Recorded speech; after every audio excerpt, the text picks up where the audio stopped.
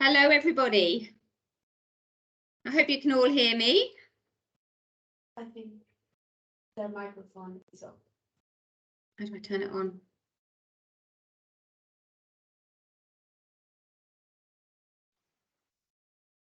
They are just allowed to send questions. Oh, about me talking. I can hear you. Can you hear me? Yeah. Good stuff. So apparently everybody can hear me, but I can't get any thumbs up. I'm just waiting for a few more people to be joining us and for Mike to join us. We will be here shortly, ready to start.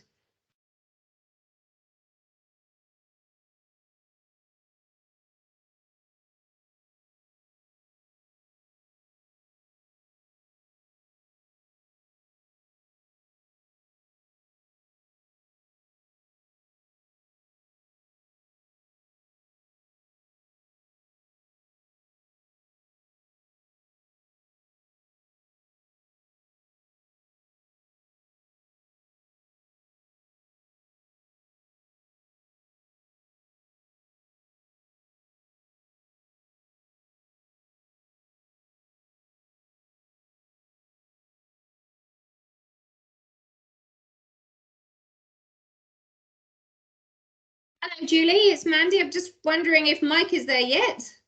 Thumbs up.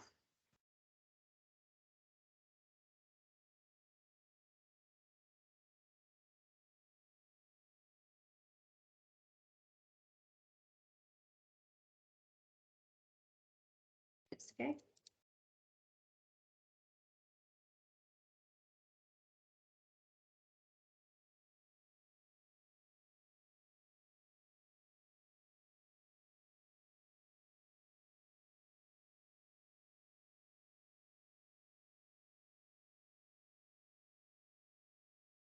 Hello, Mike.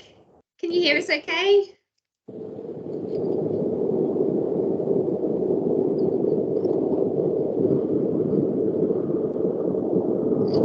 No, we can't hear you at the moment. We just hear lots of noise. Yeah, can you hear me okay now? Yes, we can hear you all now. Good evening, Australia. Hello. We've got about, I've got a couple of people who've just said, I'm joining, just wait for us. So we're just going to wait a couple of seconds for a couple more people to, or a couple of minutes for a couple more people to join. How is it? How is the UK? It's absolutely, if you asked, sorry, did you ask what is it like in the UK, the weather-wise? Yeah, having good weather. You know, we like to talk about the weather. It's real summery. So I've had a real lovely welcome to Norfolk, which you know well, Mandy. Good. Yeah. It looks lovely. We're sitting here, as you can see, with our coats on and our heaters on. So of course, you got exactly the opposite. Exactly the opposite. Exactly. So we've still got a couple more people who just messaged me saying they are joining. Yeah, right. So let's just give them another minute to join, or another couple of minutes, and then we can kick off. Terrific. Yeah. So yeah, you're getting into our weather at Christmas time, aren't you? It's yeah. So yeah, we just actually had you're midwinter, aren't you? I guess. Yeah, we did. My son is actually skiing at the moment, so my 15-year-old son, and we had a Christmas in August party at the weekend. So I bet that was fun. It was lots of fun with Christmas decorations and Christmas songs. So all very Christmassy over here at the moment. Terrific, yeah. Oh, you could call that a rehearsal for when you're over here. You're coming over at Christmas time, aren't you? I am. Yes. Yeah, a rehearsal. Yeah, exactly. I can't wait to see you all. Yeah, exactly. We're looking forward to seeing you too, Mandy.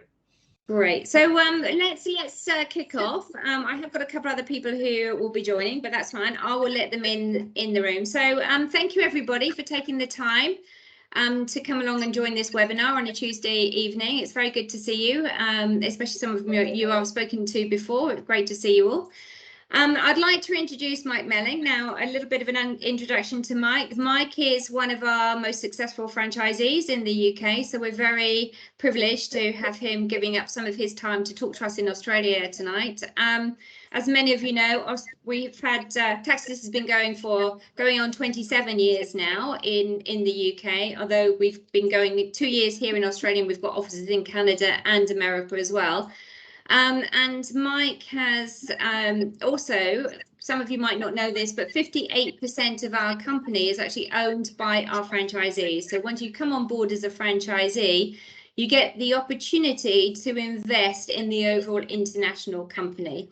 So the great thing about this is Mike sits on not just, doesn't just run his practice in the UK, but he also sits on our Australian board as well. So he also gives us advice and helps us, and is a mentor to us here in Australia to ensure that we are doing everything we can to help grow the businesses here in Australia from the viewpoint of a franchisee. So this is a quite unique sort of situation that we have with TaxAssist. So it's fantastic to have Mike's knowledge. So that's a bit of an introduction to Mike. So I thought we'd just do some Q&As, Mike, if that's okay. And then we have actually got the chat box open as well. So if anybody would like to ask questions as we go along, we will have, we'll either ask Mike the questions as we progress, but we'll have a Q&A session at the end as well, where we will make sure we address as many of the questions that we can. So Mike, just handing over to you the first question. Could you give us a little bit of an introduction about your background, how you became involved with TaxAssist to start us off, please?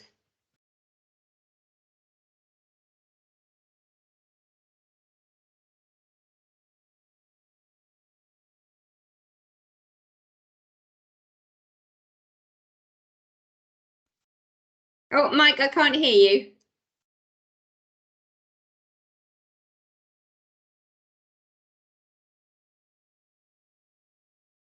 I presume you're doing something with some technology in the UK.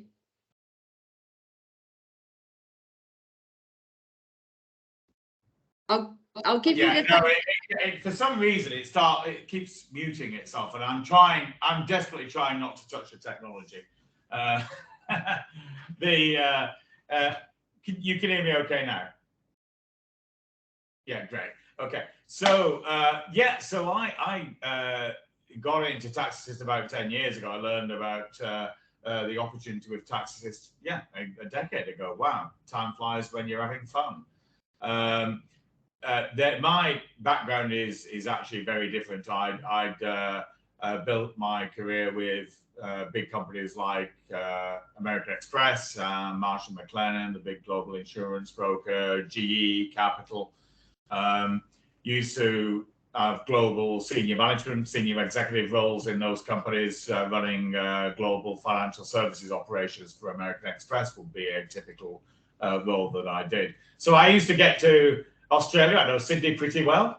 Our American Express building in Liverpool Street, used to visit pretty frequently. So a global senior financial services executive is my background. So, what prompted me to become interested in TaxAssist?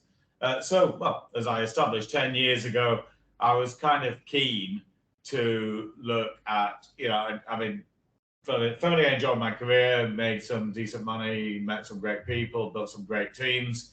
I was kind of keen to look to the future about, how do I build a business asset for myself that, would marry. Our kids were, well, obviously 10 years younger then, so they're 26 now, they were 16 then, still going through school and getting ready for college and all of that. My executive career had been very lucrative and thoroughly enjoyable, but, I paid a price in terms of family life and everything else that goes with it. And it just got to a point that I was looking to get more control over the future and the time I spent with my family and the time I spent with my wife doing the things we wanted to be doing. Love Sydney, but when you're missing your twins' 5-year-old birthday party, you know, and then the sixth one, then because you're in another part of the world, it kind of makes you think. But also very clearly, I wanted to build that asset, that business asset, that asset that would be sellable, it would be valuable. I could generate good income from it. So those were the big motivators at the time. I must say that I could have bought a McDonald's franchise. I could have started a business. I kind of quickly ruled that out as an idea. And started to look at the world of franchising, just on the basis that we all know the world of franchising, you know, the idea being take a successful business model and, you know, copy that, standardize it, you know, have the license and the rights to use it, and be successful yourself. So I started to look at franchising as an opportunity. And as I say, that could have been a McDonald's, it could have been a Starbucks, it could have been a cleaning company. I really didn't care, provided it was, I could see the evidence of a successful business model that was established and growing, and that would, you know, I could satisfy myself that it would generate the sort of financial returns that I was looking for. And then came across TaxAssist.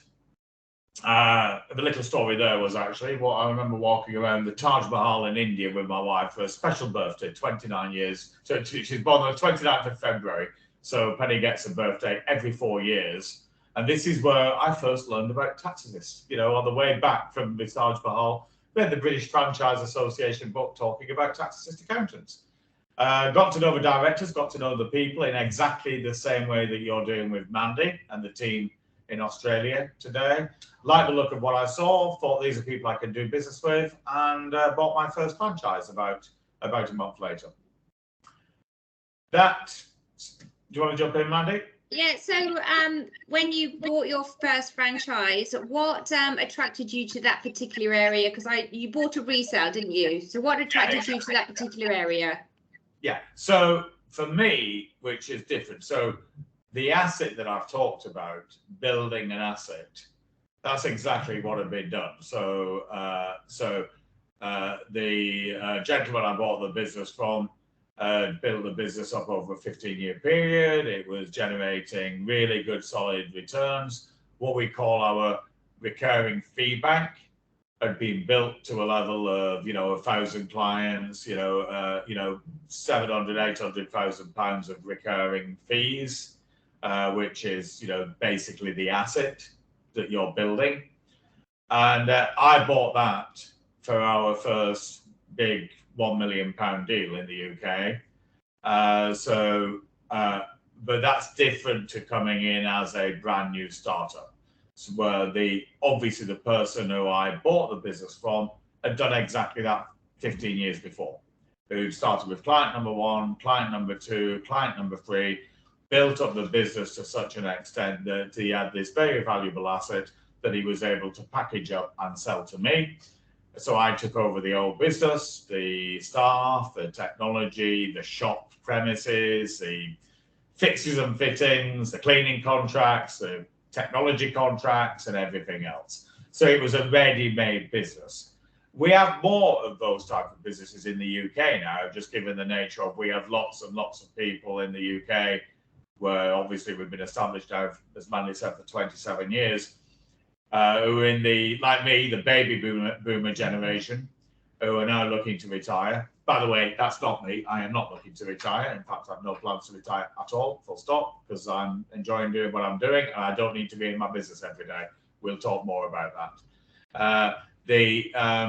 But we have quite a few resales, as the resale model, as Mandy's referring to, where those assets are now being packaged up and being sold to people. And we have a waiting list for people who are looking to buy those in the UK, which gives you a sense as to the value of the asset that can be built.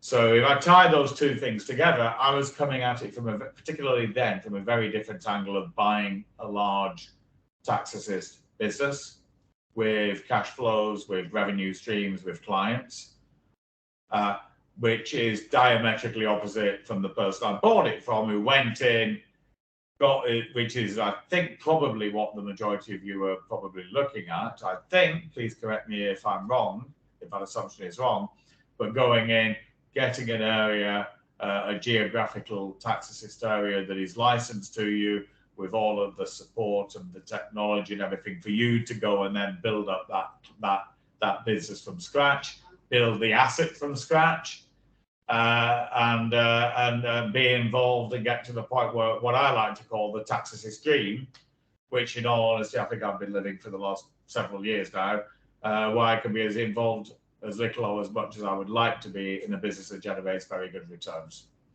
And then the only thing I would add to it on the top of it is, it did meet all of the, I did pretty, as you would expect, given my background, and I suspect you're all the same, but certainly given some of the background of my experiences, I knew how to look at businesses and I knew how to do a due diligence of this business. Every single one of the goals that I set for myself and targets that I set for financial return, being able to pay for the kids to go to college was pretty important at the time, I remember. Being able to generate sufficient income to still continue to have a nice lifestyle, which we were living and I've been living for a while. That was all very important. Big tick on that.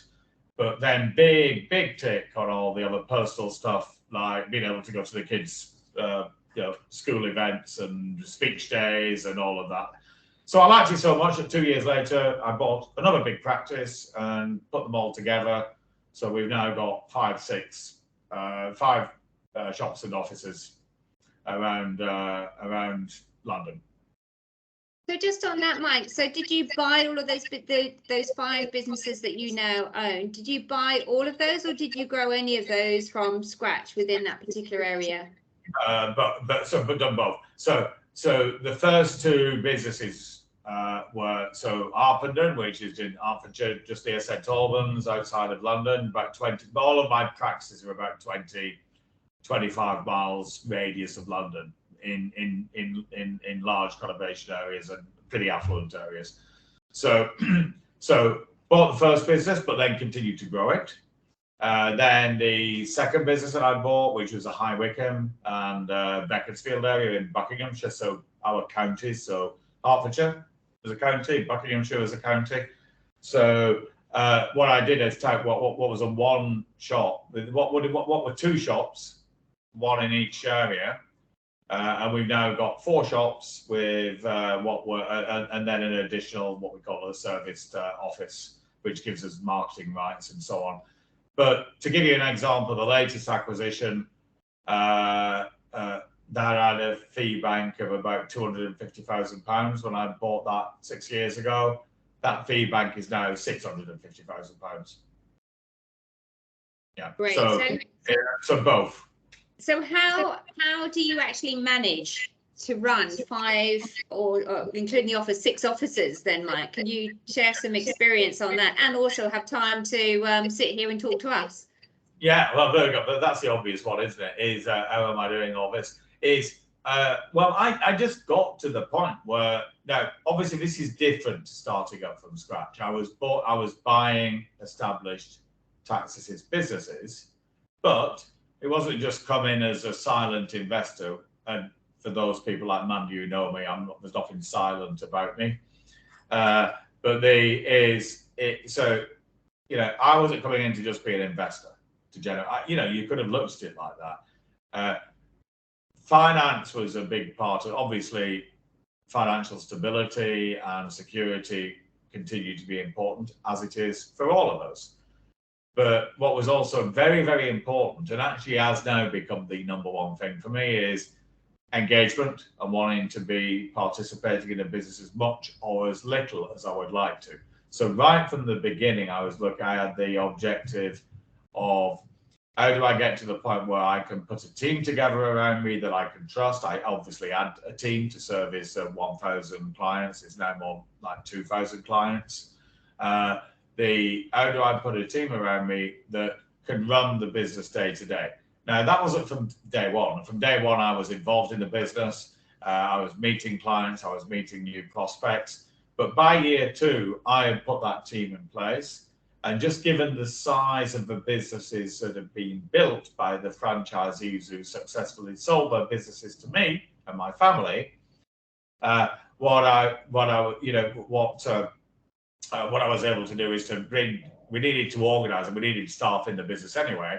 So we had about 15 full-time equivalent colleagues at that point. We've now got 25 full-time equivalent colleagues in the business, with a team of portfolio managers who look after the clients. So I have not been in the business, as we call it, working in the business, meeting clients, preparing accounts, sitting in the shops on a day-to-day basis for the best part of 7 or 8 years now, out of that 10 years. Yeah, and that I've needed to spend less and less time because I put a management structure in place. I participate in a weekly senior management team meeting. We have a colleague base of 10 in Ahmedabad in India now, who are part of the 25.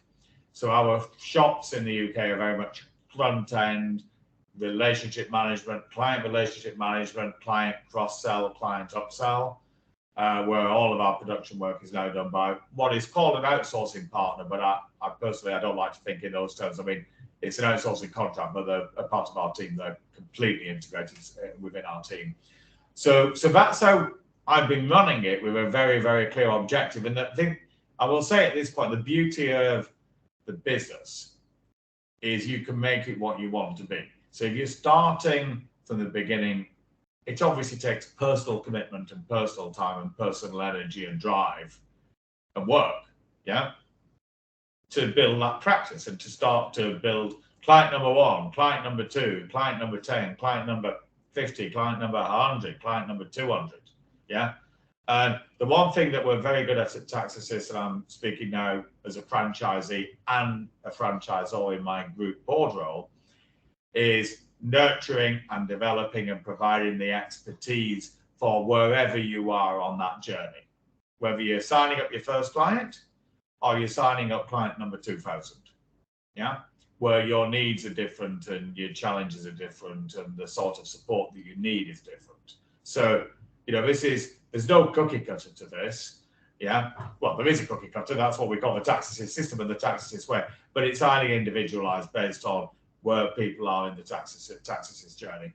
But it has absolutely delivered on all. For me, it has absolutely delivered on all those fronts. And as you observed, Mandy, I'm obviously not sitting in my shops. In fact, I'm 140 miles away from where my 5 shop and office locations are.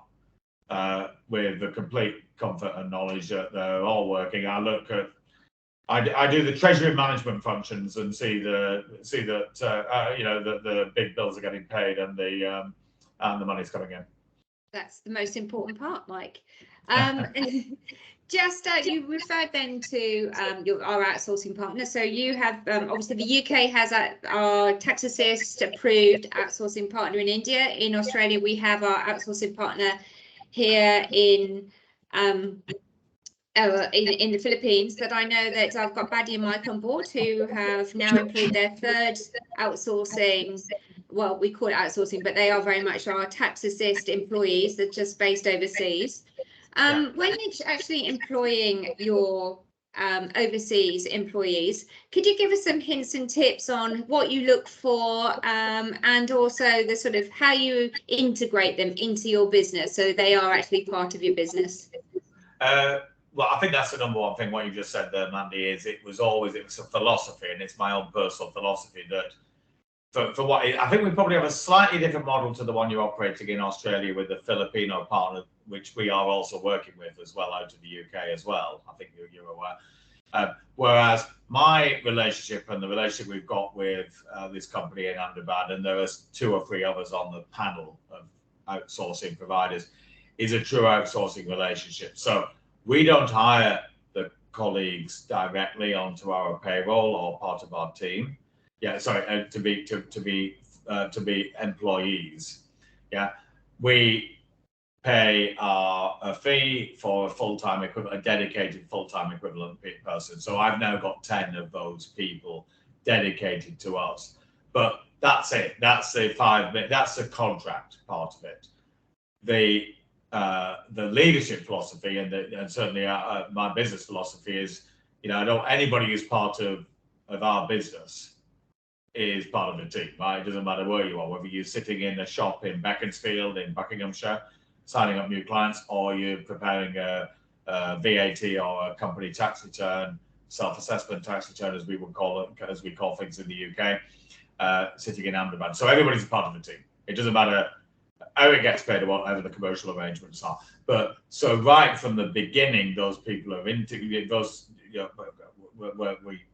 we're offered the opportunity to select people. Like anywhere else, people go to where they get treated well and the best place to work and everything. So I never have a problem getting good people working with us out of the QX team. There are 2,000. QX is the name of the outsourcing company.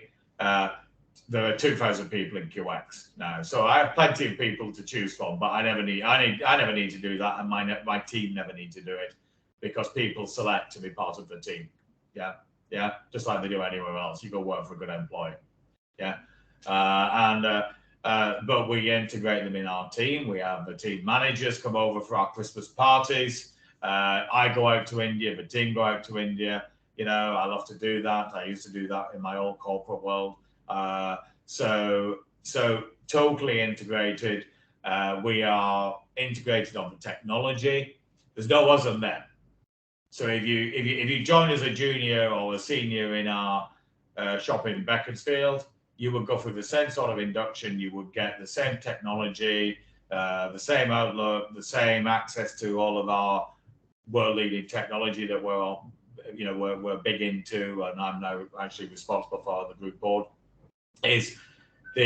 We integrate everybody as part of a team. They're part of our voice over IP telephone system.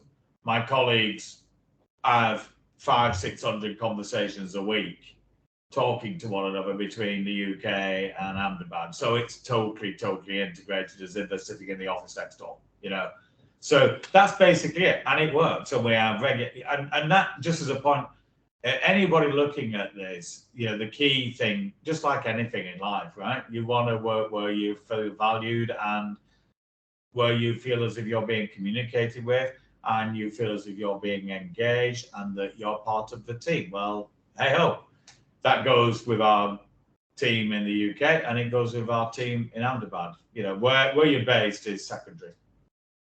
Right, yeah, that's great advice, and I think that's something that we've definitely learned here as well. They're part of our team. We work with them as part of our team. They're involved in all of our meetings here as well, and our group franchise meetings that we have on a monthly basis, they're invited as well. So it's very much part of the team. Now, just actually looking at it from the other side as well, Mike. So we talk about managing the shops. What do you look for when you recruit a manager into your shops, that they are going to run your business for you, to enable you to sort of, work actually on the business rather than in the business? And how do you get those managers to work together? And, what are the KPIs? Could you talk around some of that for us? Yeah, no, sure. Like anything in my old corporate life and so on. I mean, obviously you want basic competencies. So we've got very, very clear, and TaxAssist too. We have very, very clear roles. We have a very, very clear organizational setup. We're very clear in defining what are the roles and what are the competencies needed. So, the basics, whenever we're looking to bring new colleagues on board, which I'm very proud to say we don't need to do very regularly, because people don't leave us. We've created a culture of people like to be part of the team. They do feel valued. They know they're rewarded. They know that they're recognized. They know that they are invested in. We have the TaxAssist Academy. We spend tens of thousands every year sending our colleagues on to various levels of development and training. But so what are we looking for? Well, what we're looking for are people who are going to be excited by that, who are driven, who are going to be, who that's what they're looking for. They're looking for that type of an opportunity. Because, while we're, in a challenging, it's a challenging employment market for the employer. There's, we've got very low unemployment in the UK. I suspect it's the same in Australia. But, people will choose. Yeah. And so, personally, when I'm ever involved in the recruitment process, and my team have now been taught, the common thing with the team and having a leadership team is we're all singing from the same inbox page. We've got definitions. And you don't just get there. We don't all just morph into one person or one thinking, right? It's how do we understand? Well, what are our values? We have values in our business. You know, how do we talk to one another? You know, I know some of this stuff can sound a bit hokey at times, but we really make it. I talk about our values. You know, so we're looking for the values. Is this person going to fit as part of a team? Because you could be the best technical accountant in the world, yeah. But if you don't like dealing with people, then you're not going to belong at TaxAssist, because it's a people business. You know, you've got to lie. You've got to be energized by dealing with people. You know, if somebody walks in the shop, you don't want to go hiding in the back. You know, we've had people who did. You know, very competent and very capable. But you've got to be energized by wanting to deal with people, and you know, because that's a massive kit. You know, by the way, you know, one of the things that I love seeing the team develop, love seeing the clients develop. You know, that's all a part of it. These are big parts of why you become a TaxAssist franchisee. But back to the recruitment, you know, you want people who share your values. You want people who actually got some ambition. What we like to say is, look, if you want to be the best bookkeeper in the world, we'll give you all the tools and the technology to be the best bookkeeper in the world. We'll send you on all the courses. If you want to, we have very clear career paths. So if you come in as an apprentice, as a junior, we'll show you how you can go the 5 steps to becoming a client partner and an office manager and earn very, very good money, and with incentive programs and equity and compensation and everything. You know, and you know, these are opportunities that just don't exist in local accountancy businesses. But we brought that in. I've been able to do that and create that culture in my own business. That's the opportunity. But there's a lot that we do within TaxAssist now to share best practice. So Mandy, you'll be intimately familiar with this, but there's a lot that we do, because the power of TaxAssist, and I intentionally use that term, the power of TaxAssist is bringing together the 27 cumulative years of executive director knowledge, the support centre. I'm sitting here in one of the training rooms in our support centre in Norwich, which is our main corporate centre, if you want to call it that. We actually call it, we don't like to call it corporate or headquarters, we call it the support centre, because we're here to support franchisees. We're not a headquarters. The franchisees are not reporting to us. Of course, you need to tell us how much you're selling. And I'm a franchisee, right? But we're here to support the franchisees. That says a lot. Little words like that says a lot. That's all part of the ethos. So we do a lot of sharing best practices. I've been delighted. I've learned so much from my fellow franchisees, and I've contributed into the system and into the network, things that we think we've learned. And if you do this, you sign up more clients. If you do that, if you do Google reviews, if you intentionally go out to get Google reviews, you will get more business. It's as simple as that. There's a direct correlation, you know. But it's getting everybody understanding that. But you know, the basic stuff, you know, you want to see. Our latest recruit is actually a refugee from Afghanistan who's fully came into the UK last year and could hardly speak English. This is our latest recruit.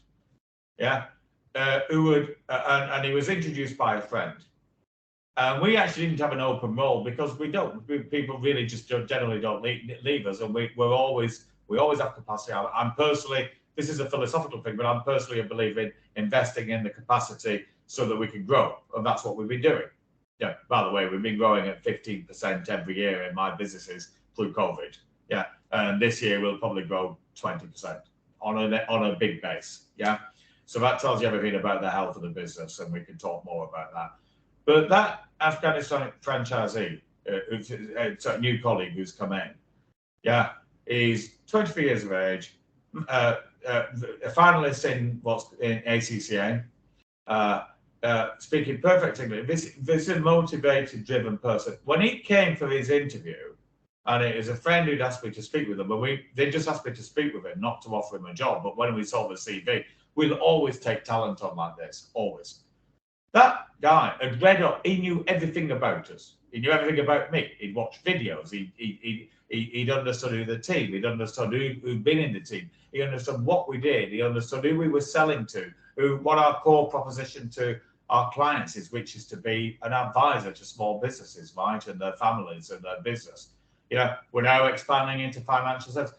He knew all about this. Well, guess what? That's the sort of person you want to be hiring. Yeah, and somebody who's energized and excited about it. And then the kick out of bringing people like that on board and seeing them grow, investing in their growth, you know, rewarding them, recognizing them, you know. But you know what our last value is? Our very last value, you know, all the beginning ones are what we've all seen before: respect and treating people with respect and dignity, and this and that and the other. Our last value, but very important one, is have fun. So we believe in having fun, and all the team are all the same. That's what we all believe in. Oh, You got to have fun. Yeah, that's great. Now, you mentioned quickly something about, you know, Google reviews and things. So, you know, obviously TaxAssist provide a lot of the digital marketing and the national marketing. Could you just talk a little bit about what you do on a local basis, you know, for you to attract local clients and to support the national campaigns? Yeah, no, sure. Yeah, that's important because, you know, at the end of the day, you know, the exciting thing, and it is a model that works, it clearly works. You know, if you look at our growth in the UK, I'm sure Mandy has shown that to you. If you look at my business, you know, if you look at the business, you know, we're talking about, but that it is a relationship business. The number one thing to remember about what we are, it's a relationship business. So what does that mean? You know, because everybody is out there saying, "Oh well, you know, our clients are our most important things," and this, you know, I mean, you can read any annual report of a bank or anything else, and you'll read this and what the competitors would say.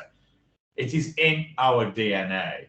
We are what none of you are old enough to remember, but I am. What the all-star bank manager used to be in the 1970s or the 1980s, and you know, so you know, what did an Australian ANZ or a Commonwealth Bank of Australia bank manager in a local branch look like? And they were the people who were guarding and advising, and the family friend and the business friend. They don't exist anymore. You know, the banks are sales machines. Yeah, we do. Yeah, and guess what? But the thing that happened, the need never went away. So that local relationship, you know, the local electrician starting his business, the sophisticated, you know, pretty high-end management consultant that she's just signed on a board of whatever, HSBC or whatever. We've got these clients. I'm not making them up. Yeah. What they're looking for is somebody that can go in and have a chat and a cup of coffee, and we call ourselves the Starbucks of the accounting world. It's that. That's what our shops feel like. They're great. They're friendly. They're open. They've got a buzz. You know, they want to come in and they want a local relationship. You know. But a local relationship that's backed by a brand and backed by technology and backed by technical expertise, which is what we are at TaxAssist, and that's what we're all about. So that local marketing is critical in terms of getting out there, networking, being known. The shop fronts are a big thing. Yeah, people see you, people come to you. We get loads of walk-ins. I mean, when we opened our last shop, which you'll all think I was bad, but I'll tell you the story, in Beaconsfield, my ex-old town until a few weeks ago. Really great area. We decided, Penny, my wife and I, decided that we wanted to get this new shop. Penny's never been involved in the business, by the way, just interested in where we're buying and things, and obviously as an investor. But we decided in December 2019 we were going to sign this lease in this fantastic location in the centre of Beaconsfield, Newtown. Fantastic location, perfect. And then we all know what happened at the beginning of 2020 with COVID and everything else. So lockdowns. And we got faced with this dilemma in April 2020 that, well, we need to sign the lease, 10-year lease. Do we want it or do we not? And just like Australia, all the shops were closing down. COVID was being locked up, the shutters were going up and everything else. We decided, and we didn't take very long to decide to proceed with that shop. And we opened up in August. The number of people who came to us when we were opened up and we were able to open up, we had, people literally, we signed up so many clients in the first few weeks, people waiting for us to open. Why? That local relationship. So the shop helps, the visibility helps, but then building on that, getting out to networking events, whether it's BNI events, whether it's local chamber of commerce events, whether it's hosting your own. In fact, this is a massive opportunity. To be honest, I'd like us in my own business to do more of this with the help of TaxAssist. Hosting a seminar conference at a local golf club or whatever it will be with our financial advisors or the UK Federation of Small Business. That is a big thing. That together with, you know, local advertising in local magazines, digital marketing, whatever it will be, that drives business. It really does. But that is a part of it. You know, the big thing that drives business, to be honest, is our national campaigns and what we do to drive our Google ads and the keywords and everything else.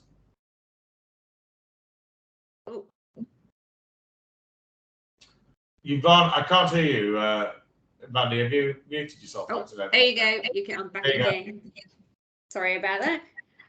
Yeah, so local marketing, it sounds like that's really important. And you saying about the networking, that's like, so do you still go and network? Do you have the relationship with the clients? Is it across all of your staff? How does that work, Mike?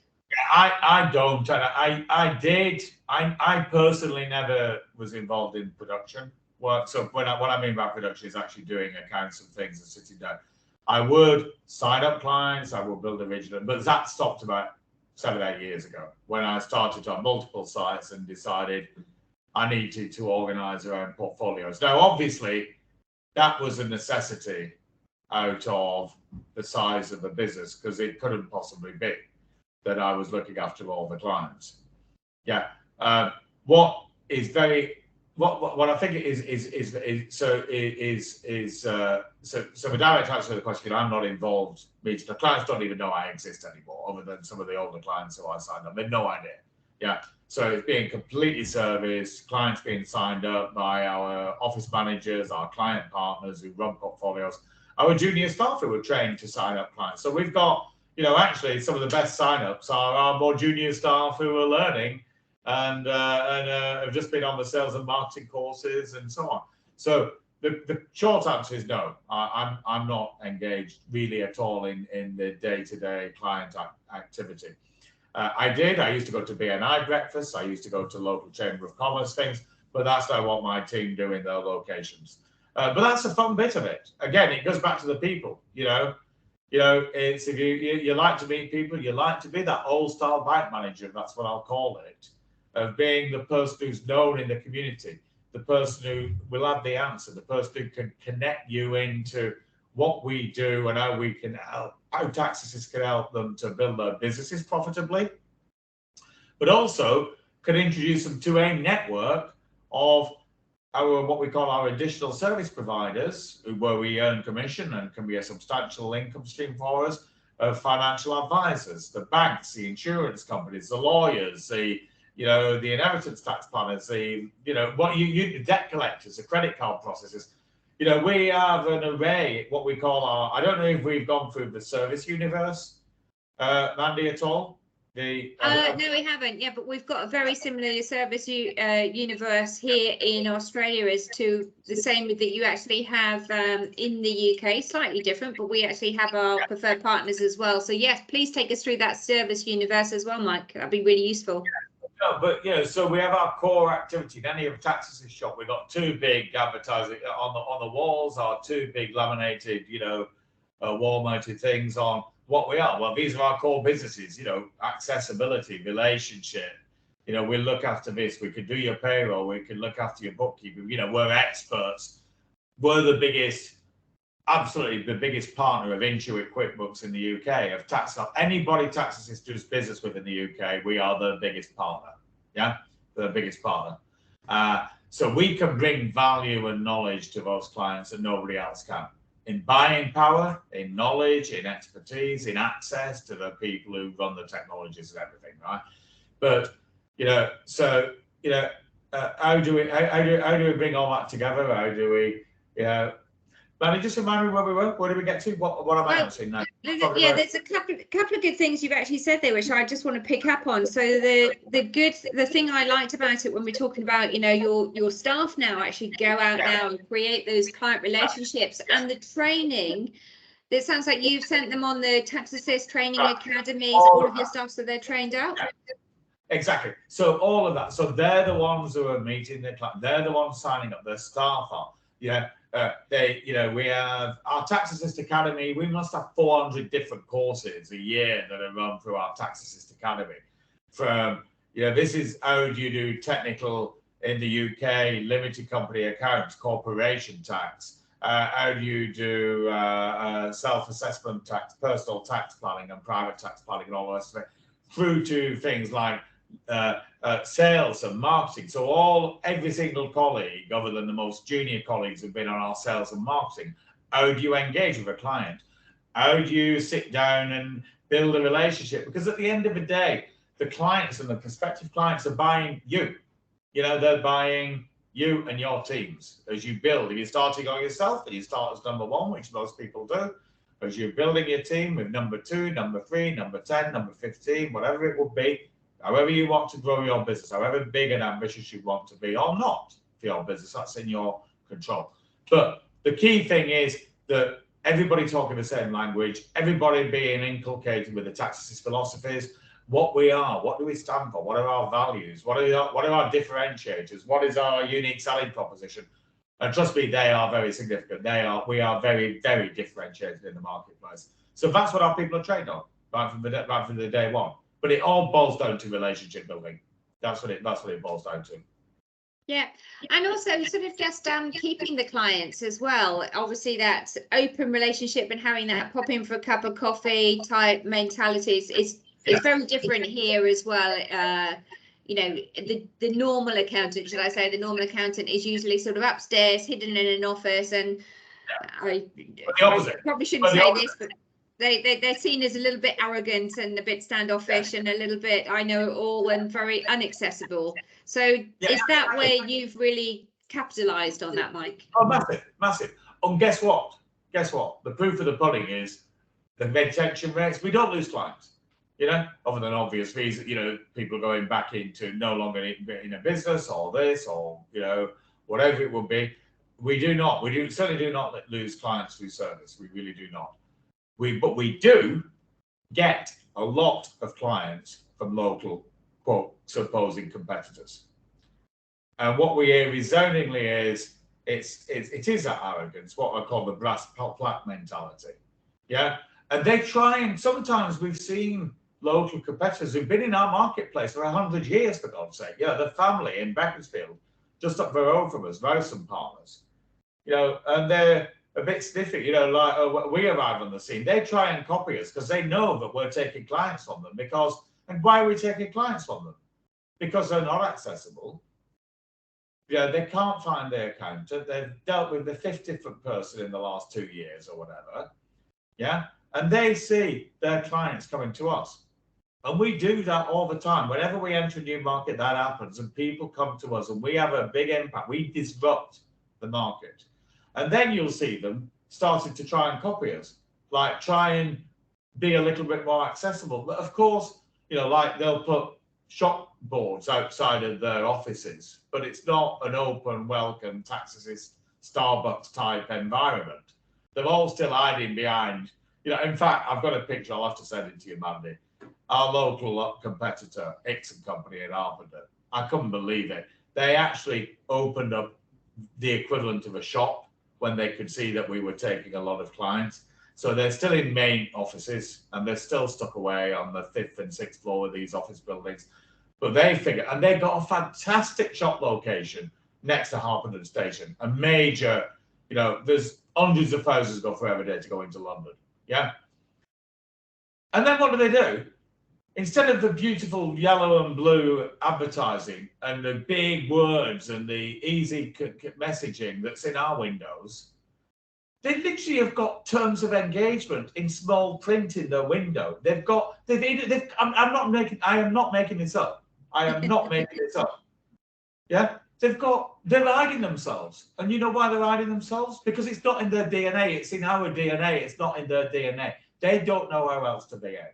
They do not know how else to compete, right? So, and it's got worse and worse and worse. So, hopefully that gives you a sense. Yeah, that's fantastic.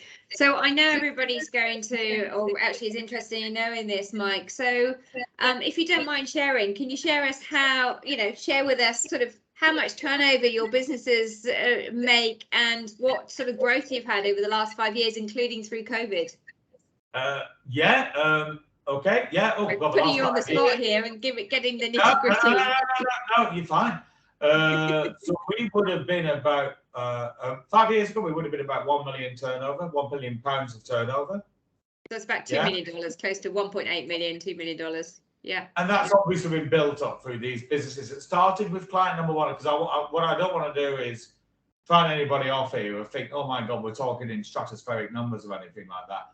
All of these businesses started with client number one, being signed up for £600 or £800, or if it was more complicated, limited company work, £2,000-3,000.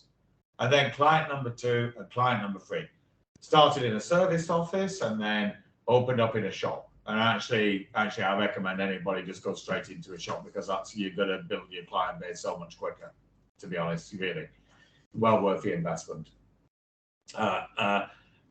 So 5 years ago we would have been about £1 million, with a margin without me in the business of about an operating margin of probably about 28% or so. So £280,000 of profit on that, but that could have easily been £400,000 of profit if I was working in the business and I could replace costs in the business with me. Yeah. So if that makes sense to everybody. So roll forward 5 years and through the last 3 years, COVID coming up, 2.5 years of COVID and everything else. That 1 million is now 1.5 million this year. We will do 1.45. I don't want to exaggerate, but I can bet you bottom dollar we come in at 1.5. I guarantee it. Yeah, absolutely. I'd take a bet now on it. And that operating margin, net profit margin before tax, this is profit before tax, is now at about 34%. Yeah. So yeah, I have no problem showing those numbers. That's good. That is would be even less in the business than I was 5 years ago. Yeah, and now I'm doing all this other stuff. We like to holiday, go on cruises, and do stuff like that. But I now working 3 days a week on the TaxAssist group board. I'm here in the TaxAssist office, so hopefully that gives you a sense. We will grow. We will have grown up from about the 1.5 we'll get this year will be on the top of about 1.3 last year. Great. Well, that's fantastic growth. That is very impressive. And I think the interesting thing as well, Mandy, and a key thing, if there was anything that I'm very proud of in my own business, but for us within the TaxAssist family, and we are really, that's how we operate as a franchise or franchisees, very, very connected with similar values. But during COVID, and you would have obviously all had your experiences of COVID and the awfulness of that. But right from the very beginning, what TaxAssist did through the support centre here, this very room, would hold webcams every day with clients nationally on all the latest breaking things on the support that was being provided, the help.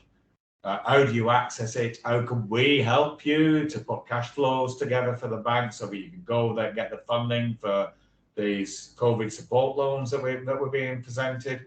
We were writing to the Chancellor of the Exchequer to lobby. We're by far the biggest network of accountants in the UK that look after small businesses. So 99.5% of businesses. That's us. Yeah. So we're very influential, writing to the Treasury and everything about this is not going to work. You need to do this or you need to do that. But the thing that we are all very collectively very proud about is we were communicating every day in those first days with clients on email, on our client portals, doing webinars. When people were trying to keep up with, how am I going to have a business in 3 months' time? How am I going to put bread on the table? How am I going to do this? We were there for the clients at exactly the time when our so-called competitors, which I do believe, I don't think we have a proper competitor in the UK, is our so-called competitors were going to ground. They couldn't even find their accountants. Their accountants didn't know what they were doing. They weren't keeping on top of it. They weren't keeping on top of this very fast-moving environment. They had no idea what they were doing. we got so many new clients through that because they couldn't even get hold of their accountants. Never mind, we were proactively communicating. We're holding webinars to clients. We're sending stuff out every day to clients on email through our central marketing, by the way. So I wasn't doing it. Our central marketing team was doing that. I wasn't doing anything. Yeah. It was all going out on my behalf from TaxAssist, and clients are being signed up. So hopefully that gives you a sense. We accelerated our growth through COVID. Yeah, that's fantastic. And actually, we saw a very similar thing here as well. That our franchisees here grew incredibly well. 50% growth, 80% growth, just by actually communicating with clients and providing that service and being there for them. Yeah, because never ever forget, everybody. It's just like this all comes down to we're nothing without our clients. So I mean, I know this is basic stuff and everything, but I can tell you, generally what I've seen, and has been slightly surprised. By the way, I'm not an accountant. I've got a finance background, obviously, and I run the corporate audit group for American Express Bank globally. So I understand auditing and finance and all that stuff. But I am actually not a qualified accountant. I've run businesses, is what I've done. But but what's interesting, and particularly when you take the commercial model, I actually didn't see a set of accountants when I first got into taxes. I saw a marketing machine, and I saw a brand, and I saw a developing brand. Obviously, the brand that we were developing was an accounting brand, which is now actually a much broader brand, certainly in the UK, and will be globally with financial services and everything else. But what my biggest surprise is how uncommercial many of our quote competitor accountants are. That they didn't always. They're so engaged in the production and working in the business. They really were working on the broader marketing relationship. The importance of talking to your clients and processes and the methodologies for how do you do that. How do you engage continuously? So you are building that relationship, and you're doing it proactively, not reacting to clients, which I think, if anything, that's what we saw, and we see it even more now. Our quote people who I would call in any of our location in Harpenden or Beaconsfield or wherever it would be, that if I do a chart of who our competitors, who I consider to be our competitors, who are providing similar services, the more reactive, the more we've got more proactive, they've got more reactive. It's amazing, So we're picking up clients. That's how we're growing at 15-20% a year on a large base. Yeah, that's fantastic. That's as you said, it is about the client relationship, and nothing beats that. Which actually takes me probably on to our last question, Mike. So one of the questions we get, obviously, our business model is quite unique to a lot of other accountants. That within that 3-year period, we ask our franchisees to move into a shop front, because we know that that's when we can really grow their business. And a lot of our franchisees are coming on board and actually opening a shop front straight away, which is fantastic. Coming out of COVID, we had this 2 years of doing a lot of Zoom calls and Zoom meetings and team meetings, etc. How have you found in the UK that clients are coming back into going to a shop front? And what do you see the future being? Do you seeing this sort of one-to-one, face-to-face relationship returning, or what is your opinion on that? Yeah. Do you know what? The demand for our physical locations, the Starbucks after COVID, with people being locked up in their houses for 2 years, is bigger than ever. Bigger than ever. People want to get out. People want to go. Don't tell me it's all like this in Australia. I don't believe it. Yeah. People want to engage. Well, people want to go down the pub. People want to come and chat to the TaxAssist accountant. Now, having said that, it's been fun. Where TaxAssist, where Zoom and everything else and the technology, where everybody's been catapulted 10 years forward on the technology front and doing stuff you wouldn't have been doing a few years ago. That is now an embedded channel. So we can talk to clients anyway, which way. We proactively offer that. We will talk to you whichever is the way convenient. And a lot of the time, certainly some of our bigger and busier clients, they'll do a Zoom meeting, to catch up once a month or whatever. Then they'll come into the shop the next month or whatever it will be. But the short answer to the question, Mandy, is there is more demand for our shops and our retail locations than there has ever been. People want to talk face to face. And the other aspect I would say, and what I certainly saw in my business, as I kind of emphasized certain parts of the TaxAssist proposition a few years ago, you know, bookkeeping, when I first came into TaxAssist 10 years ago, was seen as a low value, you know, commodity service. Yeah. We turned it into a relationship service. TaxAssist were talking about it, and that was the advice, you know, the power of the, the firm of the future. But we did it in my practice years because I could see that. So we invested, and I got some real good expert detailed bookkeeping people on board who understood the technology, whether it's Xero or the DEX, as it's now called, or the various Intuit, QuickBooks, blah, blah, blah. And that opened up a whole new revenue stream to us, and we charged for that. I mean, in the UK, I remember talking on one of my TaxAssist training courses, the initial 7-week training course, when I did this 10 years ago. Yeah, forget bookkeeping, £15 an hour, low value, low added. We're charging £45 an hour. It's not the time, it's not the commodity. We're adding the value. We add consultative services around it. We use that as the opportunity to build relationships. And a lot of that is being done in the shops, but a lot of that is being done online. So basically what's happening post-COVID, we just got more ways for clients to interact with us. But what we're pushing out there is, you choose. We're available. But what we are seeing is clients are choosing a mixture of both. They will talk, they'll pick on the phone, if they just something needed answered, they don't need to come into the shop. If they want a quick Zoom call about something, they'll have a quick Zoom call, and we'll go through our what we call our business insight service. So we'll go through what's happening to their margins, what's happening to their data. You know, they don't need to come into the shop unless they want to do. Some do, some don't. They do 1 month, they don't the other. The key thing is we're making it the client choice. But I'll summarize, I said it 3 times, the shops are very powerful, and we are seeing more of a demand, because the more, I think there's a direct correlation with the more digitization, the more technology that there is out there, there is a direct correlation with a demand for human interface. Right, that's great. Yeah, so I think we're seeing a very similar thing here as well, Mike. I think we're a little bit further behind than the UK because you opened up before us, but I just spoke to Baddy and Michael yesterday, and Baddy had 10 meetings yesterday in one day, and you know, a whole mixture of face-to-face, a bit of Zoom, a bit of phone calls, you know, but 10 meetings in a day because people want to talk, they want to have that sort of relationship. So that is fantastic. Now I have actually just got a quick question here, and it's a question really about, you know, we've got a lot of people on the call tonight who are accountants, and the question is, how do you manage a business if you aren't an accountant? So basically the difference between your compliance and that sort of work, and actually how do you manage a business if you're not an accountant? Because this is obviously a strange concept for some people. And also just following on to that, if you were starting from scratch, is there any advice that you would then give people? Yeah, okay, great.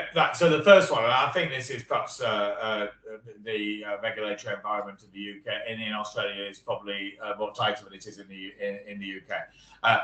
But first and foremost, I have a very big, I have a pretty extensive commercial background in financial services, and I do have a background in, and as I mentioned, I think earlier, at an earlier stage of my career, I actually ran the international audit department for American Express Bank globally. So I do understand finance, but I never pursued the accounting qualifications and fully qualified. I early in my career went into business. So, but I do employ lots of qualified accountants and qualified bookkeepers and everything else. The question is, how do I manage day to day? Well, what I did from the get-go, from the businesses that I bought, was lead teams of accountants. Yeah, I know what service levels are all about. I know what sign-up rates are all about. Actually, an earlier question on KPIs, what are the key things? I know how to run a business. Yeah, I'm not the person doing the work. I'm the person who signs up for professional indemnity insurance, and I make sure that my businesses are all qualified, covered, and we've got everything that we need to do. I make sure that my staff are fully invested in and that they are continuing their professional development. But I do not need to be there every day to do that. And I do not, in the UK, need to be a qualified accountant to do that. Yeah. However, you do need to have commercial acumen. You do need to have how to run a business, and you know how to need to be able to put together a team of people like that. And that's how I've been successful in within TaxAssist.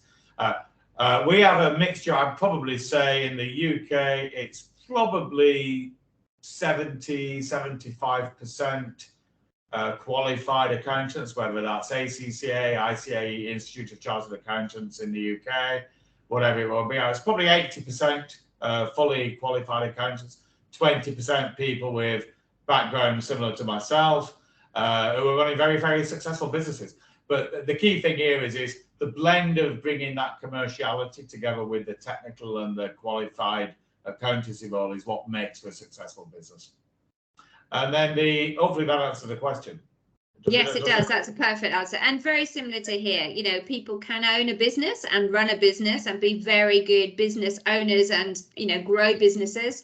And they can employ the qualified tax accountants and the qualified tax agents and the bookkeepers to work in the business to actually do the compliance. Yeah. And we actually find a similar thing. That's the key thing. And hopefully you'll all be interested in pursue and get into more detail and discovery days and the training and so on. But the more you would learn about this, you will hear this time and time again. The secret to success as a business owner, which is what you are, yeah. And remember when I started on this, I could have owned a McDonald's franchise or a cleaning company. I was looking for a business model that I think I could make successful. The secret to being a successful franchisee is that working on the business. Now, you obviously need to make sure that the work is being done. It's being done to a good standard, that it's compliant, it's everything else. And by the way, the training that I was provided in the UK by TaxAssist and my fellow non-accountant qualified, now they've gone on and some of them have taken further qualifications and so on. But the training that was provided everything that I needed to do what I needed to do as a TaxAssist accountant in the UK. We don't offer audit services. You know, that's not part of what we do. That's not part of our proposition. We have audit partners if we need to. So that was key. But the key thing is getting to the point. And this probably dovetails into the next question about what's the advice for startups, a brand new client, which is what the majority of new franchisees are. You're taking on a brand new, exciting virgin territory. Fantastic. But planting the TaxAssist flag. Yeah. The number one thing I would do is get in a shop from day one. I would not wait 3 years. I really would not, because that's what gets the visibility. That really is. And TaxAssist will help you to do that. TaxAssist will help you to identify the perfect location for you. Right.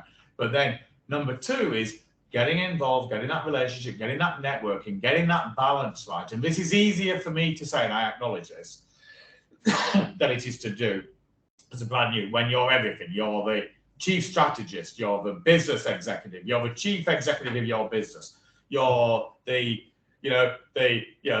worker, the doer, the coffee maker.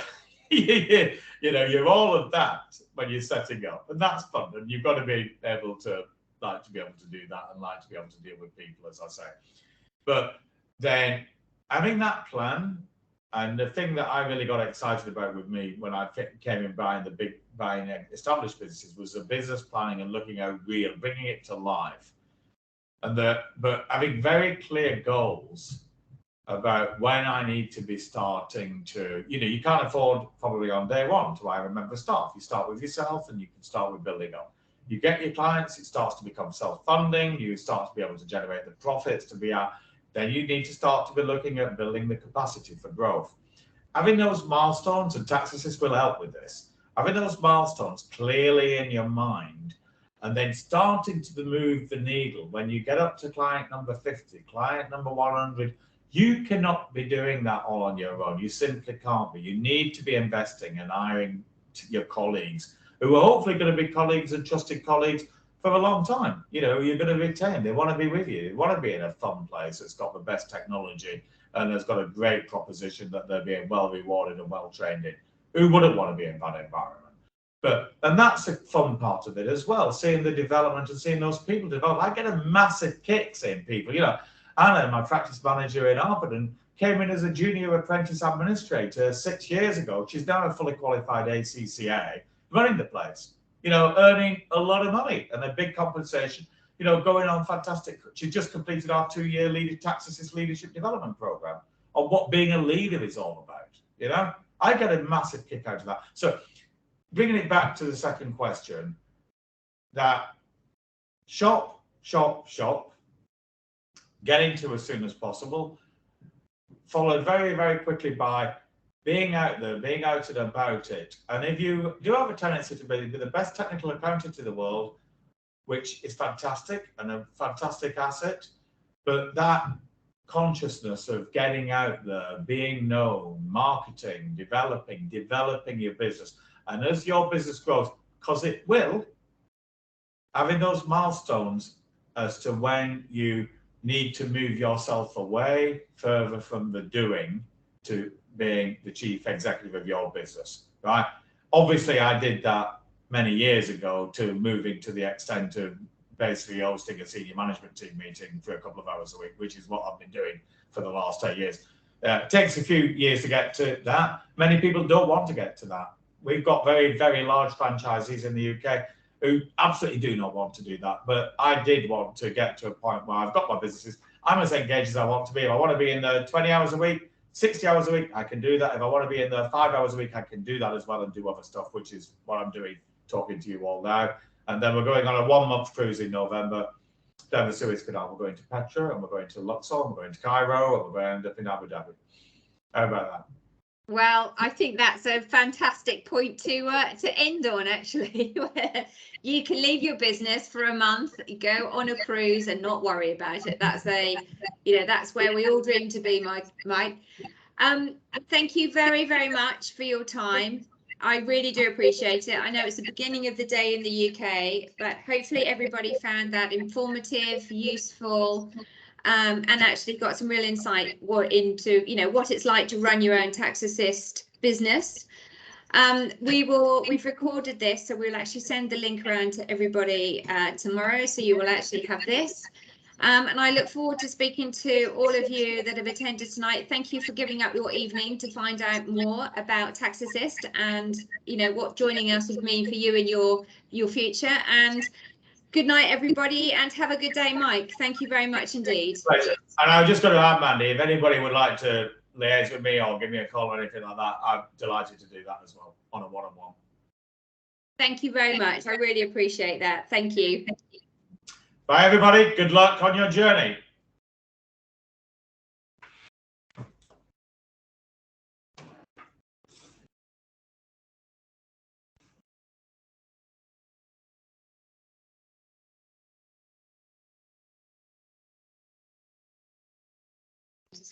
How do I get rid of everybody so I can just talk to Mike? Or is Mike gone? Can I kick everybody out? I can, Michael, he's gone. Can I kick everybody out or not? I don't know if I can. Don't know if has Mike gone?